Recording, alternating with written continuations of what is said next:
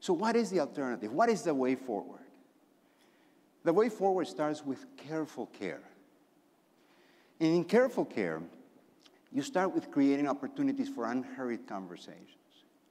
In these unhurried conversations, you give people a chance, you give these humans a chance to see the patient's situation in high definition so that you can understand what aspect of that situation requires action.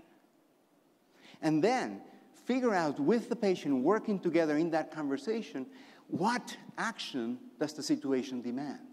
A process that sometimes is called shared decision-making, and whose outcome is not to convince people to do what we want them to do, but whose outcome is to figure out what makes sense intellectually, what is the right answer to this dilemma, emotionally, what feels like the right way forward, and practically, what could patients actually do in their lives, particularly in chronic disease, to weave the treatment with their routines, with their lives, with their loves.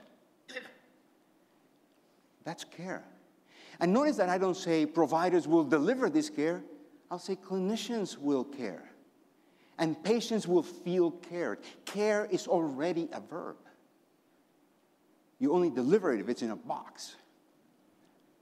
Now, for things to make sense for Maria Luisa, we saw how overwhelmed she was. We need to understand that if we're going to shift to work to Maria Luisa, we need to understand what capacity she has to deal with that work. And if you start looking at the kinds of things that give people capacity to do that work, you'll see some connection with what has been talked about as the social determinants of health. Social determinants of health is a population phenomenon. It's a societal phenomenon. When we're taking care of individual people, we don't care what the social determinants of health are in this person's neighborhood or in their family. We need to understand how these elements contribute to the problem or the situation of the patient, and how can they contribute to the solution, to a resolution, to getting out of that. It's care approach, not documentation and checks and risk stratification. It's care.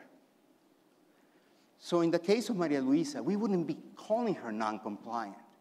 We would be describing her situation as one in which what we've been asking her to do has exceeded her capacity to do it, as an imbalance of workload and capacity.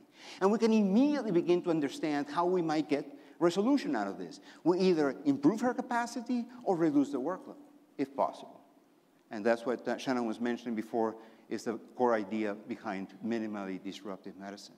So that's careful care and kind care. Because in kind care, we recognize that the patient's most precious resource is their time, their energy, and their attention, and we don't waste that. And we try to boost that possibility of capacity so that not that they have more capacity to do more health care, but they have more capacity to do more life.